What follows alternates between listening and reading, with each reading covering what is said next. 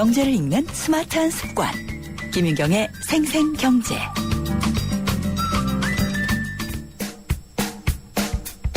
아하 경제와 함께하는 한뼘 경제, 경제 상식과 재미를 매일 한 뼘씩 키워드리는 시간.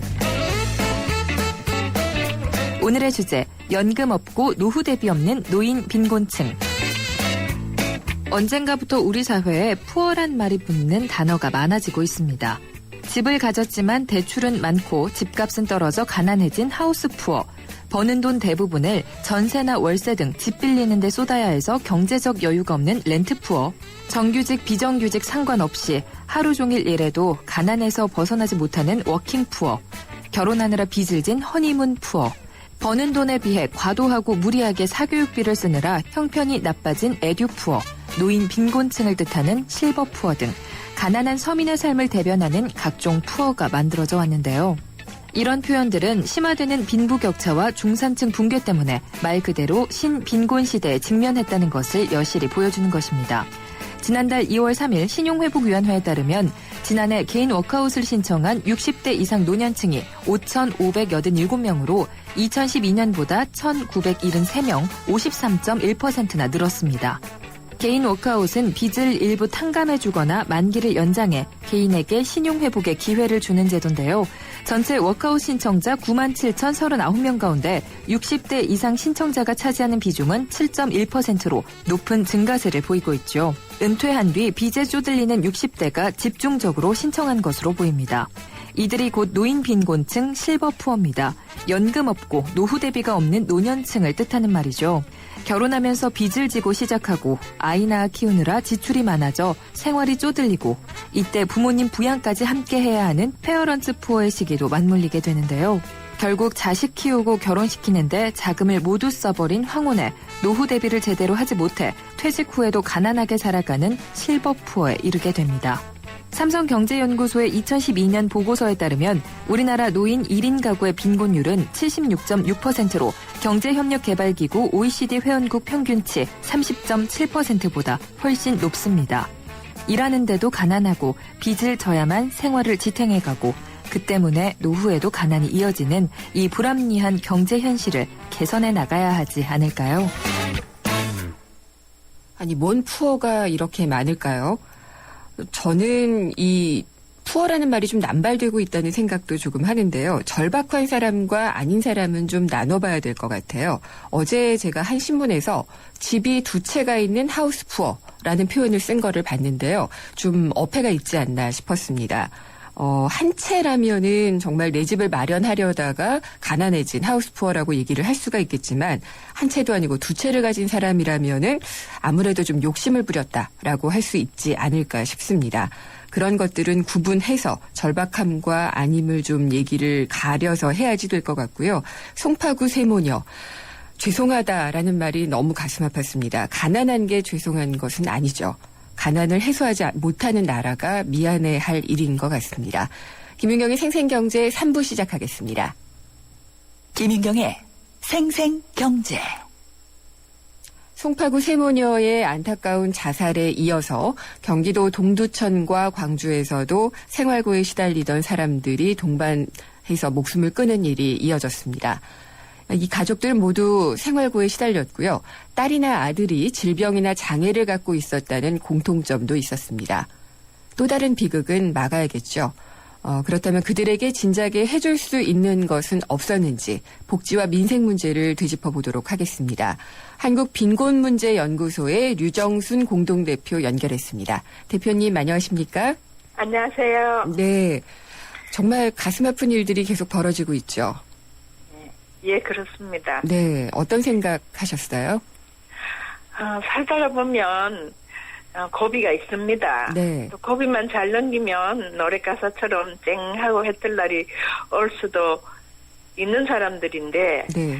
그렇게 벼랑 끝에 서 있을 그 시절에 그 사람들이 사실은 우리 사회의 귀중한 인적 자원들인데 그 삶의 끈을 놓지 않을 수 있도록 도움이 제공이 되는 사회가 제대로 된 사회인데 네. 그렇지 못한 것이 참 안타깝습니다. 이러한 죽음이야말로 우리는 사회적 타살이라고 생각합니다. 사회적 타살이요.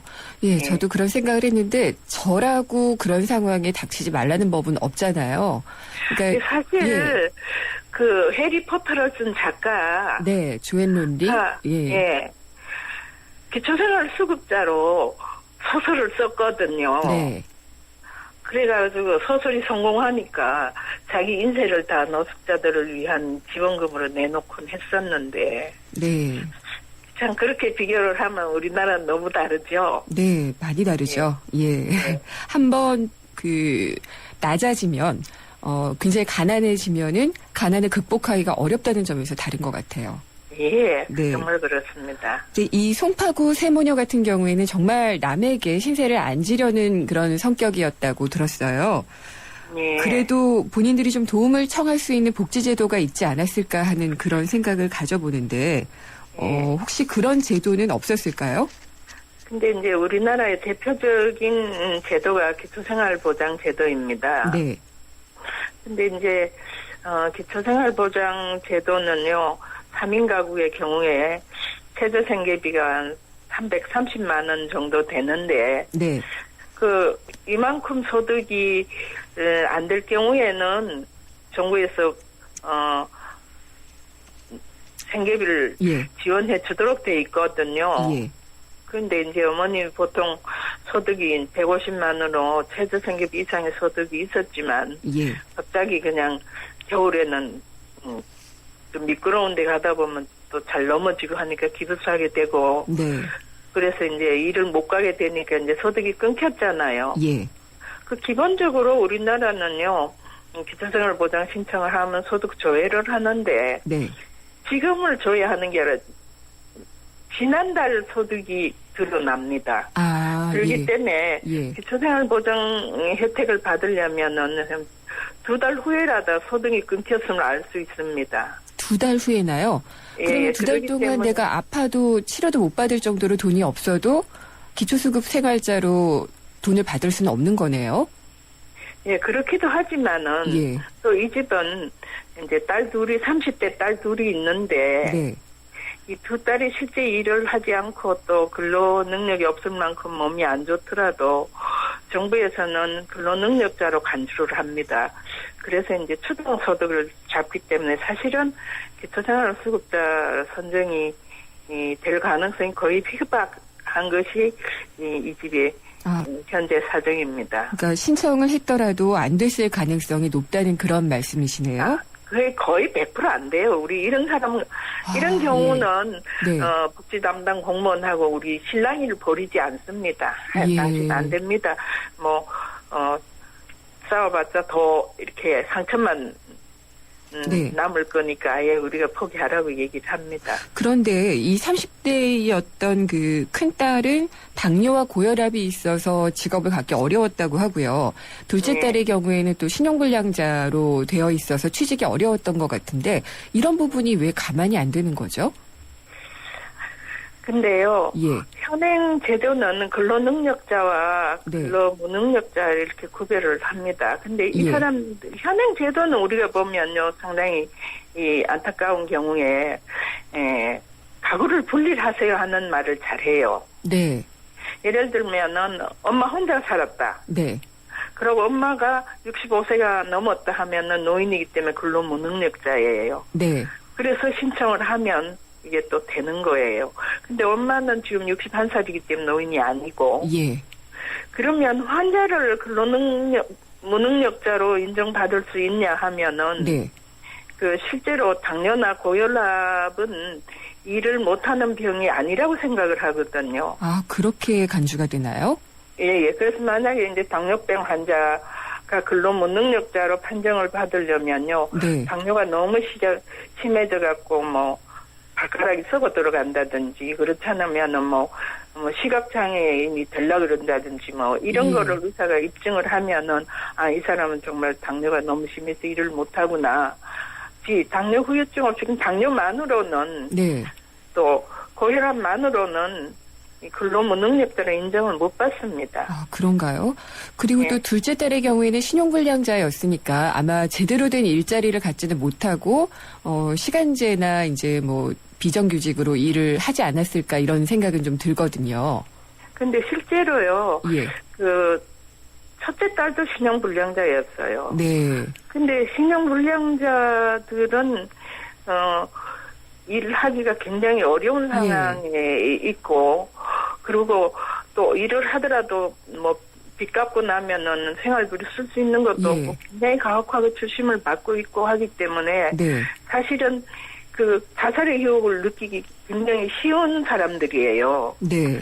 근데 우리나라는요, 복지가 너무 열악하기 때문에 복지 대신에 빚의 유혹을 받습니다. 예. 그러니까 복지를 대신하는 게 빚이에요. 왜냐하면 빚은 잘 주니까요. 그렇죠. 복지받기는 어려울 것 같고 그러니까 근데 빚을 내게 우리가 되죠. 보면은 예. 대부업체들 선전할 때만 전화 한 통화만 하면 예. 신용 등급이 낮은 사람도 다 돈을 빌려준다고 하잖아요. 네. 그러니까 정말 돈이 없을 때 예. 돈 빌려줄 수 있는 사람은 그런 악덕 대부업체 같은데 고리업체뿐이거든요. 네.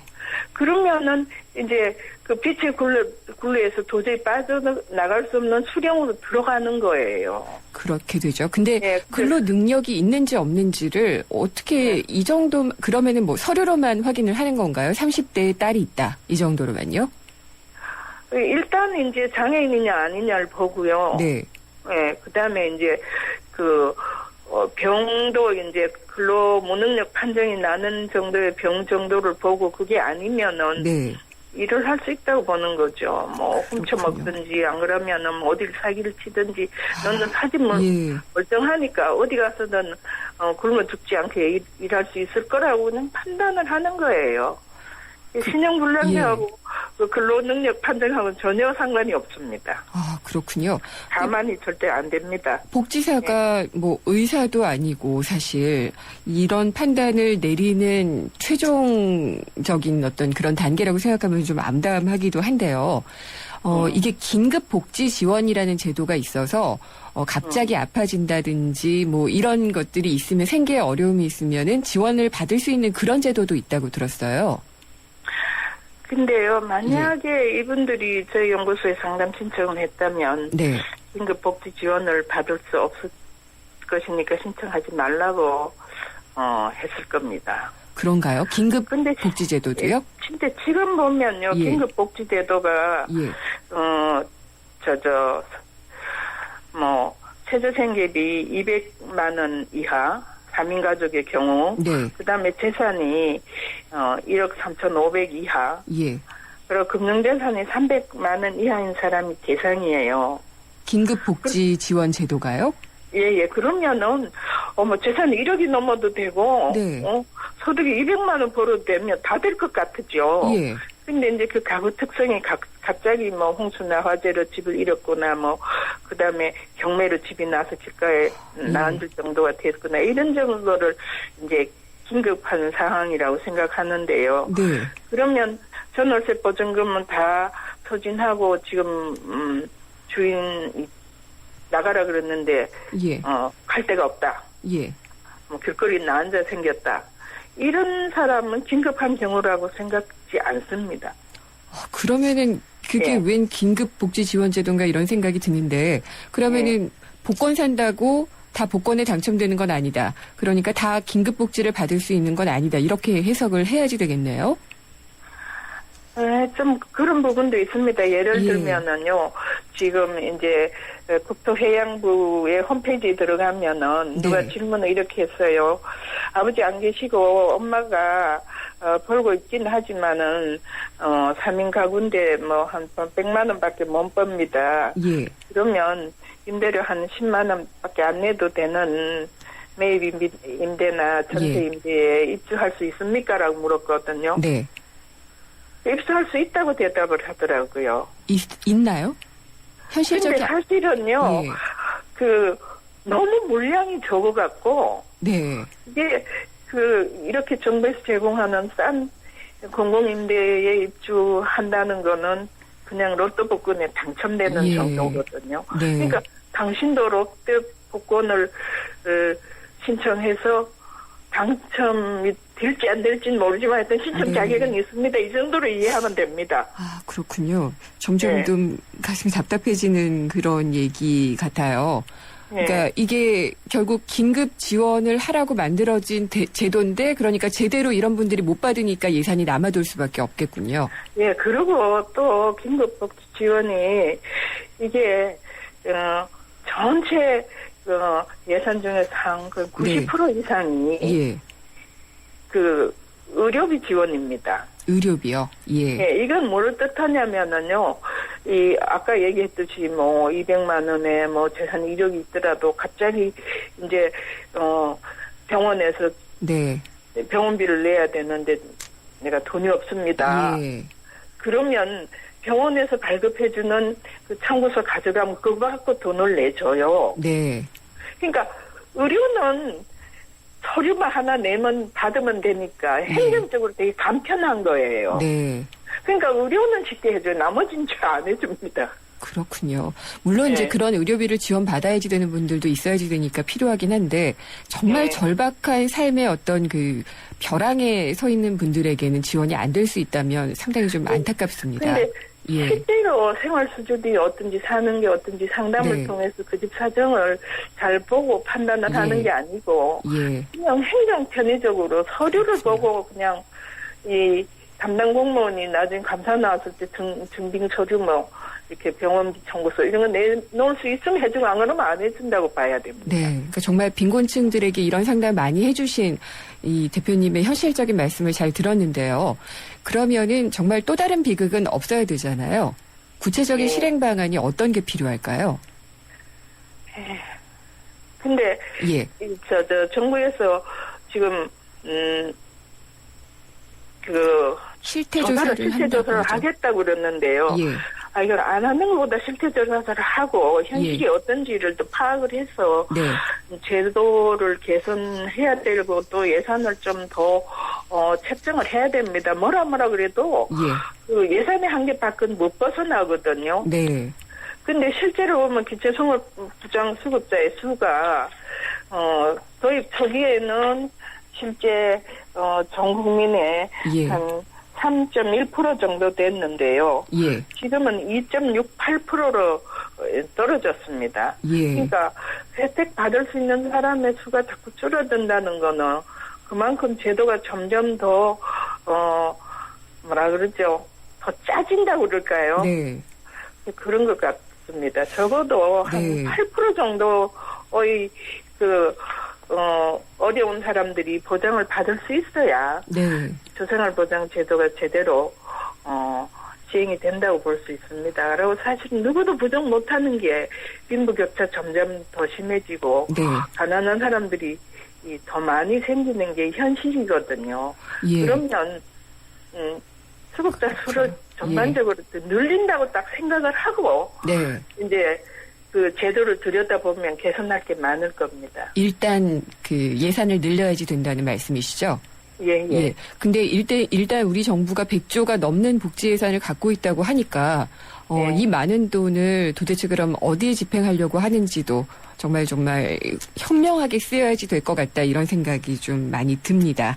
예. 예. 오늘 예. 제일 사회보장 기본 원칙이 가장 어려운 사람 먼저거든요. 네. 그렇죠. 그래서 제일 어려운 사를 먼저 우선적으로 예. 지원이 될 수 있는 그런 제도 운영이 필요합니다. 네. 다음에 또 좋은 말씀 많이 듣도록 하겠습니다. 감사합니다. 감사합니다. 한국 빈곤문제연구소의 류정순 공동대표였습니다. 잠시 후 4부에서는 노무상담이 있습니다. 상담이나 의견 있으시면은요. 문자메시지 휴대전화 우물정의 0945번 YTN 라디오의 앱 예스를 통해서 남겨주시면 됩니다. 생생 간추린 경제뉴스 들으시고요. 저는 4부에서 뵙겠습니다. 살아있는 뉴스 깨어있는 방송 한국의 뉴스 채널 YTN 뉴스 FM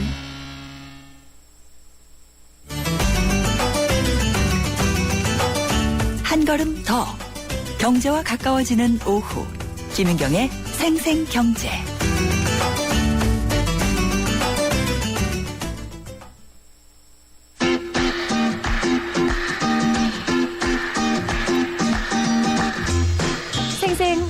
경제 뉴스예요. 취약계층을 위한 은행권의 고금리 적금 판매가 확대됩니다. 금융감독원은 3일 기초생활수급자나 소년소녀가장 등의 목돈 마련을 돕기 위해 판매되고 있는 고금리 상품 판매 대상을 연간소득 1,500만 원인 저소득층까지 확대한다고 밝혔습니다. 이 상품은 최대 연 7.5%까지 이자를 주거나 납입액의 절반 또는 전액을 지방자치단체가 지원해주는 적금 상품입니다. 시판 중인 등산용 배낭 절반 이상이 표시 용량보다 실제 용량이 적은 것으로 드러났습니다. 소비자 시민 모임은 등산용 배낭 20개 제품을 비교 시험한 결과 14개 제품이 표시 용량보다 실제 용량이 작았다고 4일 밝혔습니다. 전 세계 기업 가운데 인턴 직원에게 가장 많은 월급을 주는 곳은 어디일까요? 지난달 28일 시넷에 따르면 온라인 고인구직 서비스 회사 글래스도어가 세계 기업들의 인턴 직원 월급 순위를 공개했는데 그 결과 팔란티어 테크놀로지란 소프트웨어 회사는 인턴에게 월 7,012달러, 우리 돈으로 약 748만 원의 급료를 지급하는 것으로 조사됐습니다. 팔란티어는 미국 공공기관의 대상으로 소프트웨어를 납품하고 서비스를 제공하는 회사입니다. 지금까지 생생 간추린 경제 뉴스였어요.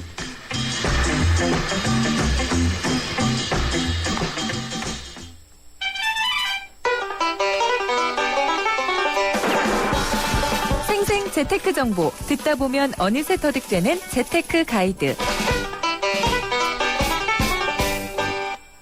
세상의 베이스가 되다 포스코 협찬으로 김은경의 생생경제 4부 시작하겠습니다.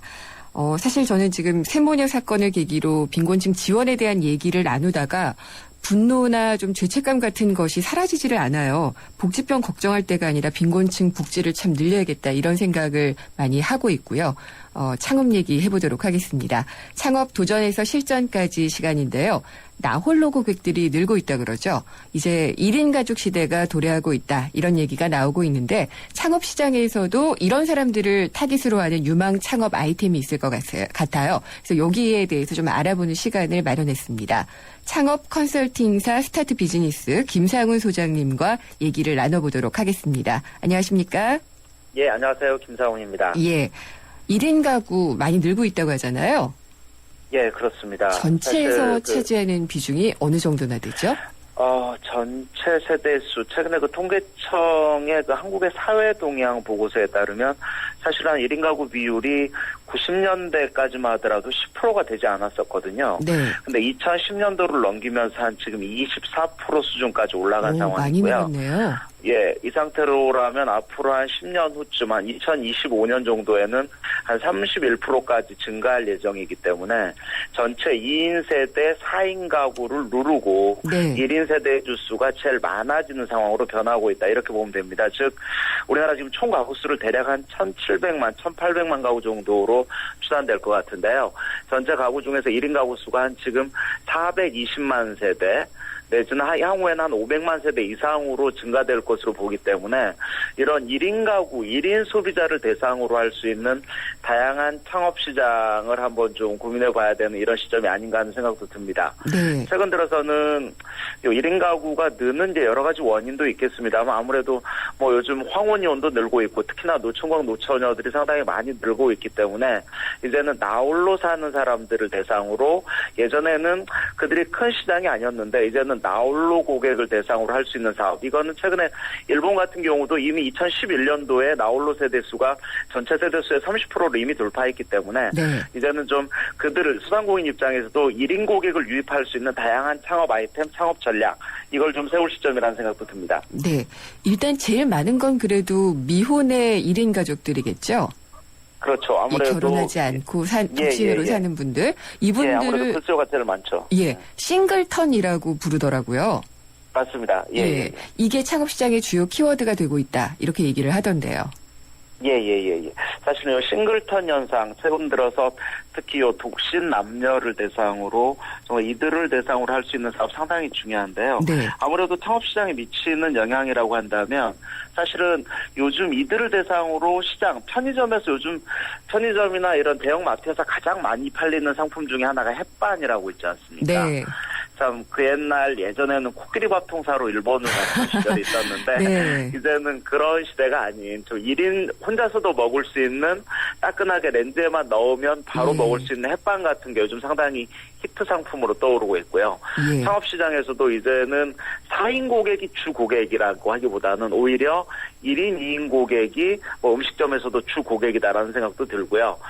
뭐 이러한 현상은 음식점뿐만 아니라 최근 홍대 상권을 한번 돌아보니까 1인 대상 노래방도 출연했고요. 아, 혼자서 1인 노래 고객- 부르는 거예요? 예, 맞습니다. 예, 예. 혼자서 노래하는 그저께 커플 노래방이 생겼었는데 최근에 1인 대상 노래방이 오, 새로 생겼고요. 네. 그다음에 또 1인 대상 나홀로 미용실. 최근에 예.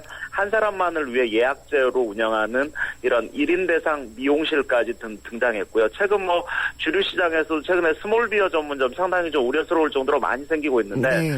이런 스몰비어 전문점 같은 경우도 1인 고객들이 편하게 맥주 한 잔 먹을 수 있는 이런 분위기 연출을 하고 있는 게 오히려 요즘 세태를 좀 잘 반영한 아이템이 아닌가라는 생각도 듭니다. 그러면은 이제 뭐 대강 이러한 창업을 얘기를 해주셨지만 예. 이 1인 가족들의 1인 가구의 소비 패턴을 잘 분석을 해야지 될 텐데요. 소비 생활은 예. 어떤 식으로 분석이 되나요? 창업자들도 요즘 참 공부하지 않으면 안 된다 이 생각 좀 많이 드는데요. 예. 최근에 LG경제연구소 고가영 연구원 자료에 의하면 1인 소비자들이 어떻게 돈을 쓰고 있는가 이거 잘 보여주고 있는데요. 네. 첫째 1인 소비자들은 이 소비 지출에서 가장 큰 품목이 2인 가구에 비해서 68%가 높은 주거비였습니다. 사실은. 주거비. 예. 예, 아무래도 전월세가 올라가고 하다 보니까 혼자서 이 독방에 살거나 독채에 살다 보면 아무래도 주거비가 더 올라갈 수밖에 없다는 생각이 들고요. 네. 그러면서 또 많이 올라가는 게 술과 담배 소비 상당히 늘고 있습니다. 네. 1인 소비가. 예. 혼자서 담배나 술에 지출하는 비용이 2인 가구보다 한 50% 이상 높았다. 이렇게 나타났고요. 특히 또 외식을 선호하거나 가공식품을 선호하는 즉 여성보다는 남성들이 1인 가구의 외식 지출 비용이 상당히 높았고요. 네. 혼자 사는 남성 같은 경우 한 달에 평균 22만 원 정도를 먹는 거에 쓴다. 반면 여성 같은 경우는 한 12만 원 정도였습니다. 예. 반면 여성들은 대신 식료품 소비가 남성보다 훨씬 높았죠. 즉 직접 식료품 사다가 집에서 요리해서 먹습니다. 이런 수요가 네. 남성 1인 고객보다는 높았고요. 하지만 여성 고객들은 개인 미용 관련 소비에 대해서는 상당히 높았습니다. 특히 독신 여성들이 이 부분에 대해서 상당히 소비력이 높았다고 볼 수 있겠고요. 특히 이들 같은 여성 독신자들 같은 경우는 영화라든지 뭐 공연을 본다든지 이런 문화 서비스 비용과 애완동물에 열광하는 수요 상당히 많이 나타났고요. 네. 재미있는 것은 여행 사업에 있어서도 남성 독신자들은 별로 여행 싫어하는 반면에 여성 독신자들은 여행비 지출이 상당히 많은 것으로 나타났습니다. 네, 그래서 뭐 카페 같은 데서 모으기도 하더라고요. 1인끼리 이렇게 다들 모여가지고 한 패키지를 만들자, 뭐 이런 모임도 만들고 해서 여행들도 가던데, 그러니까 정말 창업하시는 분들로서는 이런 그 1인 가구 증가세를 유심히 봐야지 될 것 같아요. 그러면 어떤 아이템이 유망할까요? 지금 말씀드린 어떤 그 1인 가구의 라이프 스타일을 중심으로 유망 아이템을 한번 도출해 보면 제가 볼 때는 첫째 주거비 부담이 높아지고 있다. 그럼 1인 가구는 앞으로 주거비 부담을 줄이기 위해서 상당히 좀 노력할 수 있을 것 같다. 그럼에도 불구하고 혼자 사는 거에 대한 외로움도 달랠 수 있으면서 비용도 적게 주는 같이 사는 주거 형태, 마음이 맞는 사람끼리 이를테면 뭐 게스트하우스 형태의 신주거 형태가 좀 출현할 수도 있지 않을까 이렇게 조심스럽게 좀 생각을 할 수도 있고요. 기존에 있는 원룸, 투룸 개념보다 좀 어울려 있는 코드가 맞는 사람끼리 이렇게 동성끼리 같이 사는 뭐 이런 주거 형태도 앞으로는 좀 생겨날 수 있겠다라는 생각도 듭니다. 네.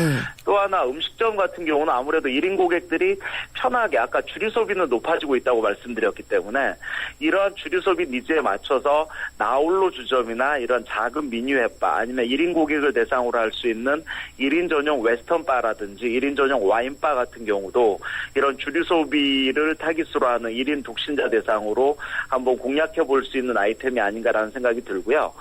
식사 아이템 같은 경우도 나홀로 고객 공간, 즉 나홀로 존을 별도로 좀 마련할 필요가 있겠습니다. 네. 동시에 또 이런 요즘 2030 독신자들에게 많이 뜨는 이런 테마 중에 하나가 혼자 살지만 집에서 어머님이 해주는 것 같은 1인 고객 대상의 집밥 전문점 이런 네. 것도 한번 눈여겨볼 필요가 요즘 있겠다는 많이 생각이 얘기 듭니다. 되더라고요. 예. 예. 그리고 아까 나홀로 여성들을 대상으로 하는 나홀로 미용실이나 나홀로 피부관리샵 아니면 나홀로 여행 패키지 상당히 중요하고요. 특히 또 애완견이나 고양이 매니아들이 요즘 여성들 사이에 많이 늘고 있기 때문에 네.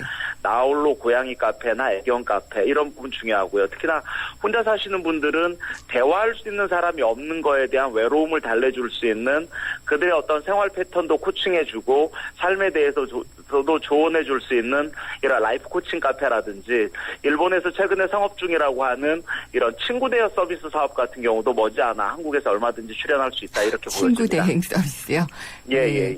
어쨌든 창업시장에 또 다른 패러다임이 몰려오고 있다 이런 생각이 드는데 이런 나홀로 고객들을 원활하게 좀 들일 수 있는 창업 전략 혹은 뭐 주의해야 될 점이 있을까요?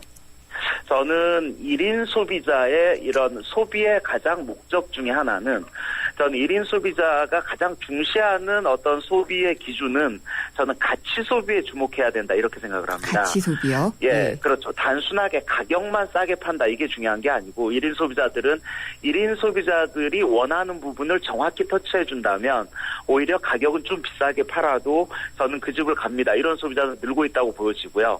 무엇보다도 상품 경쟁력이나 가격 경쟁력 못지않게 중요한 것은 저는 요 1인 고객을 끌어들이려면 이런 1인 소비자들과 친구되는 연습을 좀 할 필요가 있겠습니다. 창업자들이요? 예. 그렇죠. 그래서 창업자 입장에서 나홀로 고객들이 마음 편하게 식사할 수 있는 곳, 또 마음 편하게 식사하러 갔다가 주인과 뭐 이렇게 부담 없이 담소도 나눌 수 있고, 예. 때에 따라서는 세상살이도 같이 이렇게 세상 살아가는 얘기도 같이 부담 없이 나눌 수 있는 네. 이러한 주인의 품성, 그릇 이런 거 상당히 좀 중요하다는 생각도 들고요. 네. 아무래도 저는 기존 음식점이나 기존 사업자 입장에서도 1인 고객들을 위한 이런 네. 전용 테이블이라든지 1인 고객들이 어떤 다른 사람 눈치 보지 않고 마음껏 이렇게 식사를 맛있게 할 수 있는 뭐 일본에서는 요즘 1인 고객 전용 테이블이라든지 이런 거 많이 나오고 있기 네. 때문에 우리나라도 머지않아 이런 한 사람 고객, 1인 고객을 위한 다양한 이런 시설에 대한 보완 부분 아니면 이들을 대상으로 하는 다양한 영업 전략을 좀 갖추지 알겠습니다. 않으면 예. 앞으로 좀 변하는 시장에서 경쟁 우위를 가져가기가 쉽지 않다 이런 생각도 네. 듭니다. 전 일본 만화 심야식당이 좀 떠오르네요. 예. 얘기 잘 들었습니다. 감사합니다. 예, 고맙습니다. 스타트 비즈니스의 김상훈 소장이었습니다. 생생경제를 다양하게 만나는 방법. YTN 라디오 앱 예스와 웹사이트 김윤경의 생생경제 또는 트위터 YTN_이코노미로 실시간 듣기와 다시 듣기를 하실 수 있고 방송 내용에 대한 문의와 의견을 주실 수 있습니다.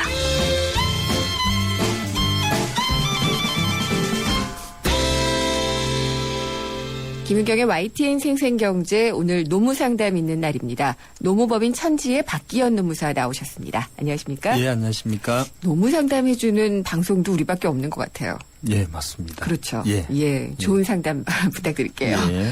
근데 어제였죠. 이 서울 시내 주요 대학의 청소 노동자가 임금을 좀 인상을 해달라라고 예. 하면서 파업을 예. 했는데 오늘도 있었던 것 같고요. 예, 맞습니다. 예. 이게 뭐 어제 오늘 일이 아니고요. 사실 몇 년 전부터 대학교 이렇게 청소하시는 분들이 계속 이런 문제점이 반복되는 것 같습니다. 뭐가 예. 문제죠? 실질적으로 이제 각 대학교들은 뭐 청소라든가 시설 관리 이런 부분들을 외부에다 용역을 주고 계시거든요. 네. 근데 이런 분들이 이제 파업을 하시게 되면 학교 측에서는 실제 사용자는 본인들이 아니고 그 용역회사 사장님이기 예. 때문에 그쪽하고 문제를 해결해야 된다고 이렇게 밀고 있고요. 그런데 현실적으로 그 용역업체에서는 경영상으로는 여러 가지 여건 때문에 네. 그분들의 요구를 들어줄 수 있는 그런 여건이 안 됩니다. 학교에서 무언가 재원을 풀지 않으면 그렇죠. 실제로 해결할 수가 없거든요. 예. 또 이런 경우는 실제 3자, 학교, 용역회사 그리고 이쪽에서 이제 근로자분들 같이 3자가 어떤 대화할 때 실마리를 풀어야지만이 네. 해결될 수 있는 그런 문제를 볼 수 있습니다. 그때 중앙대 문제는 좀 한 번 해결이 됐나요? 해결은 됩니다. 근데 해결되는 과정에서 굉장히 진통이 많습니다. 예. 학교 내에서 이제 여러 가지 또 이제 시위가 또 일어나는 경우도 있고요. 실제 그런 과정들이 반복되고 있기 때문에 네. 근본적인 어떤 대책이 필요한 그런 이제 이 지금 상황이라고 볼 수 있습니다. 그러니까 이 대학 청소 노동자들이 간접 예. 고용의 대표적인 그런 그렇습니다. 경우 같아요. 병원, 예. 뭐 대학교 예. 문제가 되고 있죠. 병원의 간병인 이나 청소하시는 분들, 그렇습니다. 예, 이런 예. 분들이 다 그런 게 되겠죠. 예. 근데 만약에 이런 분들을 그러면은 직접 고용을 하게 바꾸면 예. 대우가 많이 좋아질 수 있을까요? 이게 지금 그 3월 1일 날 서울시에서 이런 분들 직접 고용을 했거든요. 아, 서울시에서요. 그렇죠. 작년에는 예. 청소 관련된 분들, 외부 네. 용역 분들하고 3월 1일에는 이제 시설, 경비 용역 이런 분들을 직접 고용을 했습니다. 예. 이런 분들 합니다만요. 그래서 이런 분들을 만약 직접 고용하게 된다면은 이제 서울시 같은 경우는 지금 한 2년 정도는 이제 준공무원, 그다음에 공무원에 정규직으로 전환을 한다고 했으니까요. 이렇게 되면 네. 고용도 안정이 되고 예. 신분도 그만큼 정규직화되기 때문에 그렇네요. 근로 조건도 이제 크게 상승될 수 있는 그런 효과가 있습니다. 이게 좀 확산될 수 있을까요? 그렇죠. 이 부분이 문제인데요. 예. 결국 이렇게 하려면은 각 지자체의 어떤 예산적인 그런 부분 이런 것도 뒷받침돼야 되고 또 기존에 근무하시는 정규직 분들과 또 노동자업 간의 어떤 관계 이런 부분도 네. 좀 같이 얽혀 있는 부분은 맞습니다. 그러게요. 예. 이게 좀 확산이 되려면은 하여튼 조금씩 내려놓고 상호 간에 윈윈할 수 있는 맞습니다. 그런 협상을 좀 해야 될 것 같다는 예, 생각이 맞습니다. 드네요. 예. 그리고 상담 들어온 내용을 말씀을 드릴게요. 0879님인데 곧 예. 결혼하게 되는 신혼부부입니다. 신혼집 마련을 위해서 자금이 필요한데 6년째 다니고 있는 회사에서 퇴직금만 미리 받을 수는 없을까요? 예. 물론 지금 퇴직은 안 하고 앞으로 계속 다니려고 하는데 아마 중간정산을 하고 싶으신 것 같아요. 예. 그리고 만약에 된다면은 주택 명의는 부부 공동 명의로 하기로 했는데 예. 이 경우에도 퇴직금을 미리 받는 게 가능할지 물어보셨습니다. 가능합니다. 원래 과거에는 이제 근로자가 퇴직금 중앙정산에 신청하면요. 사용자의 신승인만 해주면 하면 가능했는데요. 예. 요건이 어떤 제한이 없었습니다. 그런데 이제 법이 개정돼서 요렇게 그 무주택 근로자가 본인 명의, 네. 부부 공동 명의도 같이 포함됩니다. 이렇게 주택 구입한다거나 주거를 목적으로 이제 전세 보증금을 지급하는 이런 사유가 이제 존재할 때는 예외적으로 퇴직금 중간정산이 가능할 수 있습니다.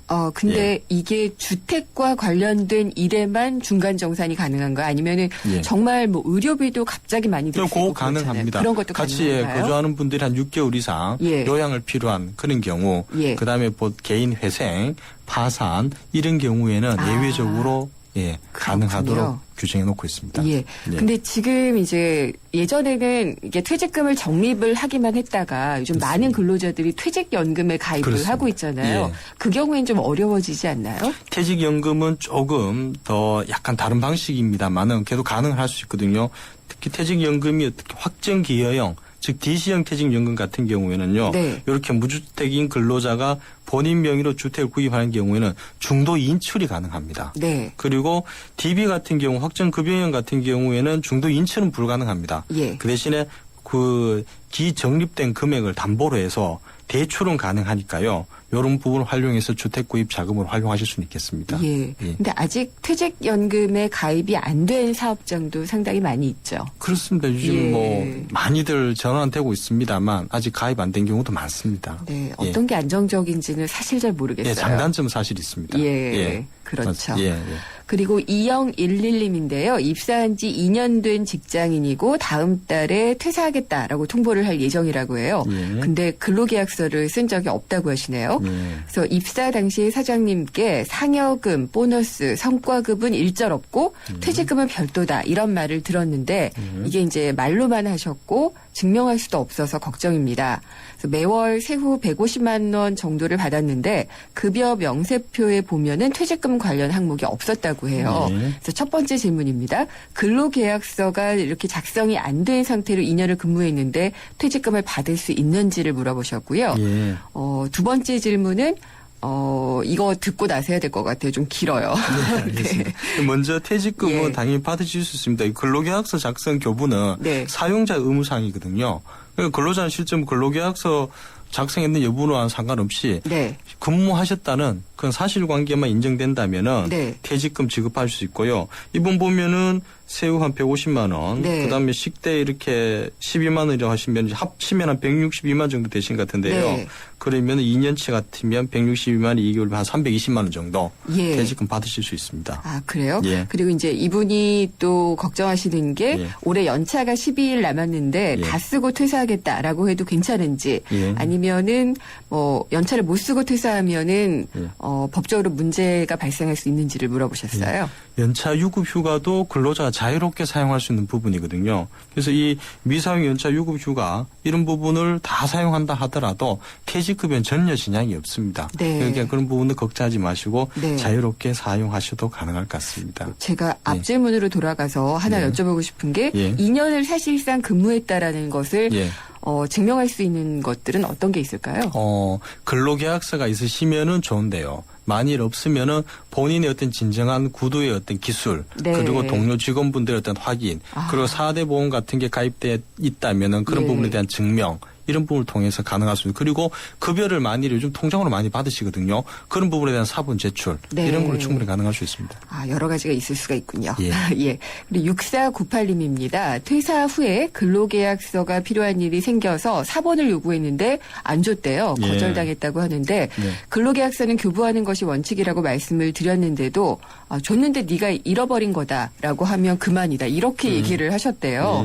그래서 근로계약서 교부에 대한 이 진위를 파악할 방법이 있는 것도 아니라서 회사 입장에서는 우기면 그만이겠다라고 생각을 하겠다고 하는데 예. 화가 나겠죠. 예. 그래서 어떻게 하면은 받을 수 있는지를 물어보셨어요.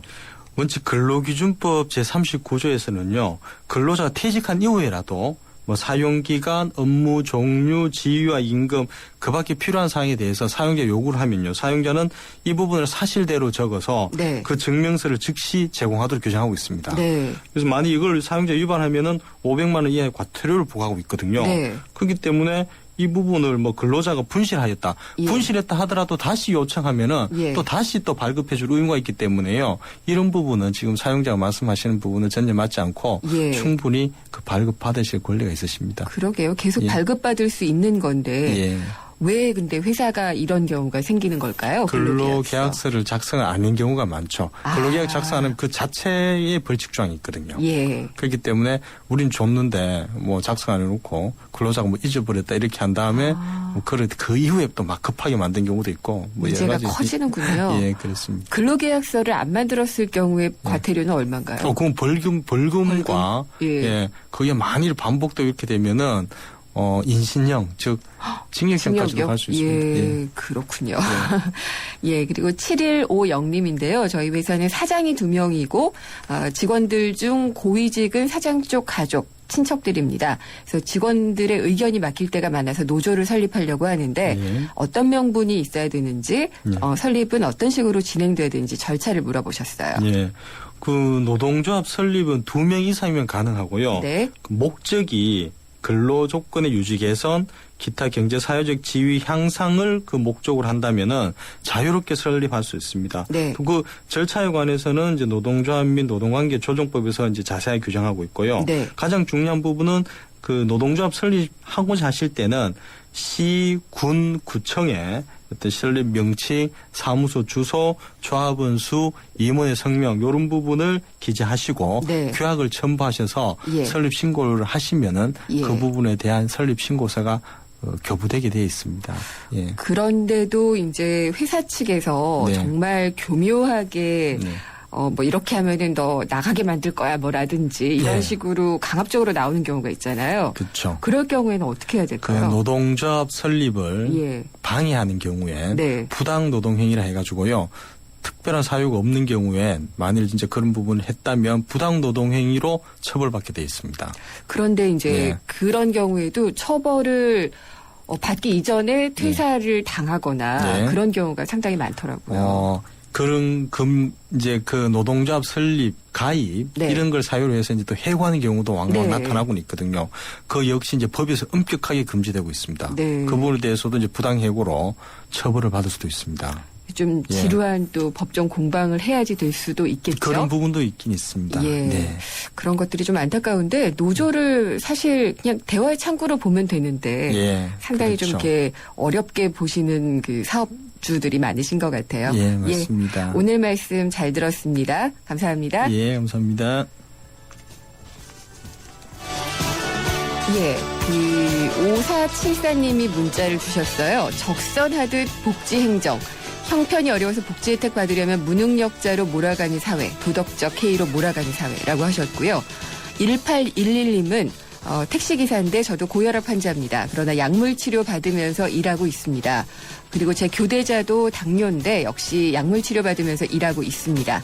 만약 이 모두에게 복지 혜택을 준다면은 정말 필요한 사람이 피해볼 것 같습니다. 라고 걱정하시는 말씀을 해주셨네요. 그렇습니다. 뭐 그런 부분이 분명히 있습니다. 그래서 복지 담당 공무원들의 역할이 상당히 중요하고요. 이 인원을 늘려야 된다. 이런 얘기가 나오는 거겠죠. 의견 주신 분들 모두 감사합니다. 오늘 시간 마치도록 하겠습니다. 김윤경이었습니다.